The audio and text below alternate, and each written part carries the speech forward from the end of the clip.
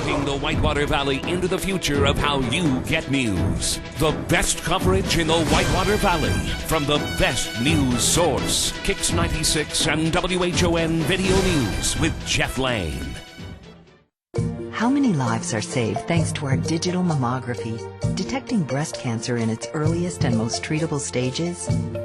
More than you know. More than you know is closer than you think. Reed Hospital and Healthcare Services.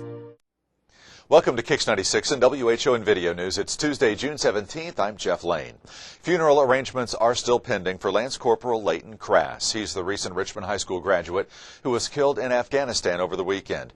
Crass's body will be brought back first to Wright-Patterson Air Force Base and will be met by the family. The Patriot Guard of Ohio will escort the procession to the state line. From there, the Indiana Patriot Guard will pick up the escort and lead it along Main Street to Donan Mills Funeral Home in Richmond. Crass's body will be removed from the hearse by active duty Marines. The Richmond Police and Fire Departments are also expected to take part. Crass was remembered last night in prayer by Diana Pappin at the Richmond Common Council meeting. Again, the date and time of the arrival, visitation, and funeral are all still pending. We'll let you know when times have been set. 3 teenagers led police on a chase that reached unbelievable speeds on East Main in Richmond this morning. The chase began in Montgomery County. It headed west to the state line. Inside a souped-up Mustang were a 16, 13, and 11-year-old boy. The Richmond Police Department picked up the chase at the state line at around 2 o'clock this morning. As the chase headed west toward uptown Richmond, speeds hit up to 130 miles an hour near Glen Miller Park. The 16-year-old was driving.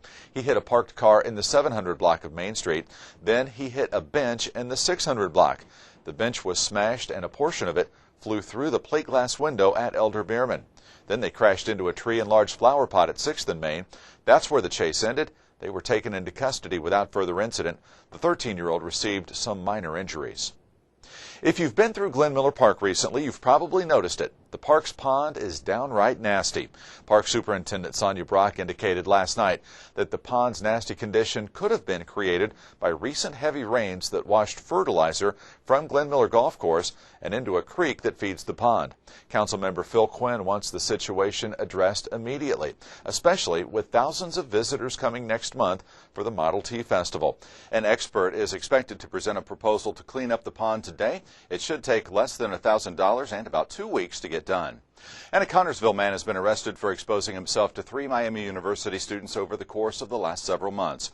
48-year-old Mark Biddle admitted to the accusations. The latest came last week on Campus Street in Oxford. Biddle was in his car and motioned a female student over. She thought that he was asking for directions, but then realized that he had exposed himself. She was able to get a partial license plate number. Those numbers were traced through a national database to Biddle's home on Virginia Avenue in Connorsville. Police are now working to link other similar unsolved cases to Biddle. He faces 3 counts of public indecency in Butler County. This has been Kicks 96 and WHON Video News. I'm Jeff Lane. Have a great day.